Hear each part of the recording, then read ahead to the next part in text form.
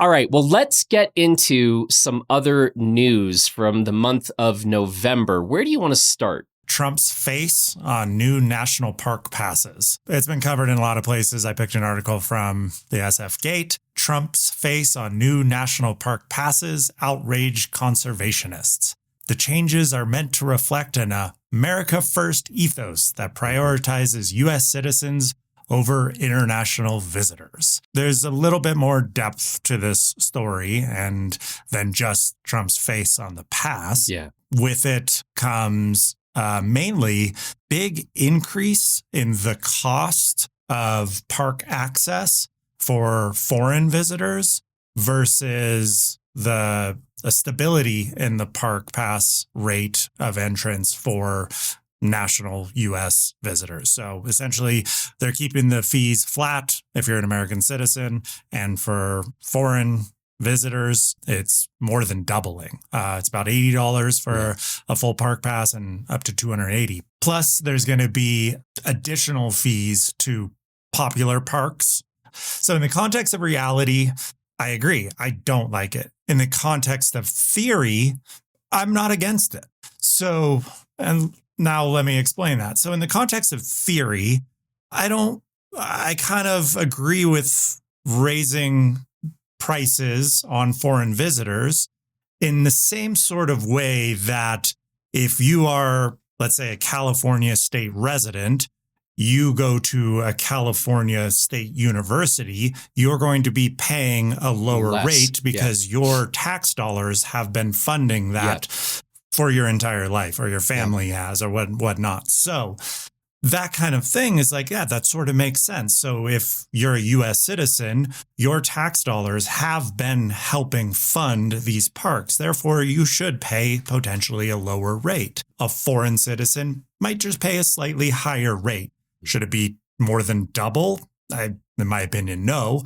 But I could justify it. Let's say that, because you're like, well, you're a foreign visitor, that this is a way to raise funds, like you're saying, you're not paying tax dollars into it. American citizens are. We're just going to charge you an extra $20 or something like that. And I could completely justify that. But in the context of reality, it doesn't make any sense because, one, the current administration is cutting so much funding and staffing for national parks. Two, they have tourist policy and an immigration policy that has been so draconian that, in this article, they talk about foreign visitation and tourism is down drastically. Around the world, it is up. And for the U.S., it's going to be the only major economy that's going to be down. People don't want to come here because they think they might come to the border and get turned around. I don't know about you, if you traveled internationally at all recently, but the amount of CBP presence and interviews, the lines at the Border Patrol are just twice as long. It feels different. If you're a foreign visitor now, it feels heavier. It feels gnarlier. It feels like, I was just in San Francisco airport and they had Border Patrol at the gate talking to people as they were boarding their flight, which I've never seen before. So people don't want to come here. So then you're also and you're going to pay more. And then obviously tariff policies and just everything, everything that's going on with the administration makes it so that foreign visitors don't want to come here. So then raising the prices, they're not going to want to come here even more. So in the context of reality, does not make sense at all.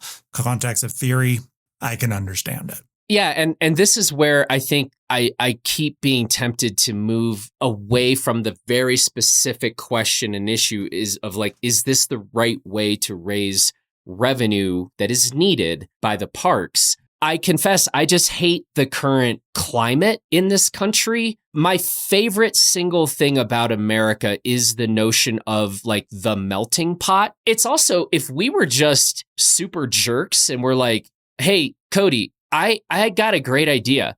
Let's just let all the brightest, smartest people from all the countries come here. And then we'll just be a better country than all the other countries because we'll have taken all the brightest, smartest people and we'll have great food everywhere and it will be an incredible multicultural experience.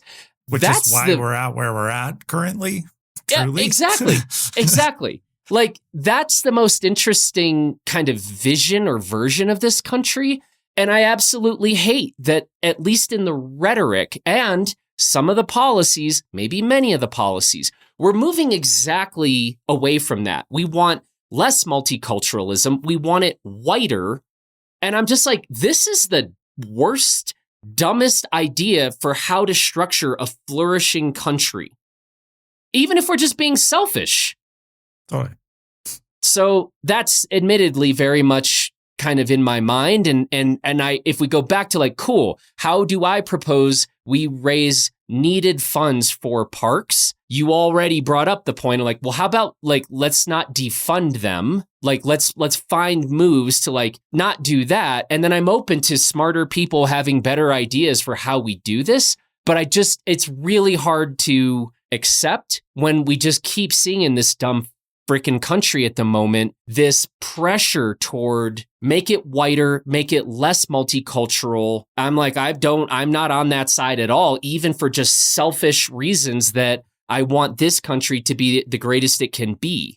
And you rank that high, and that's high on my list, the multiculturalism, the melting pot. For me, it's like, having traveled the world, to me, like, the wilderness and the wildlands and the national parks is like one of the most important things about America in my mind. And here we have an administration that is actively trying to get rid of and or defund and or destroy some of these places. So it's hitting it from both angles. And which brings me to the thing that's pissing people off so much, which is Trump's face on this card, which goes against so much of like the park passes in the past that would have like a picture of Yosemite or a picture of like a mountain goat or a buffalo or something like that, something that's iconic with the parks. And all of a sudden you have George Washington and then Trump's grimacing face on it. And people are pissed about that.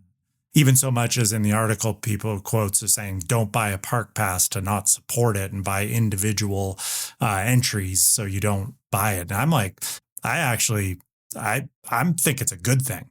I think it's good that he's putting his face on these passes, because let him own it. Let him own it when, these parks that are severely underfunded and understaffed at this point, when the toilets are overflowing, when the traffic is insane, when the gates are closed, and when the like infrastructure is falling apart, his face is going to be on that pass. So to me, it's like, let him tie into it. And I'm sure like certain aspects of these parks are going to be okay.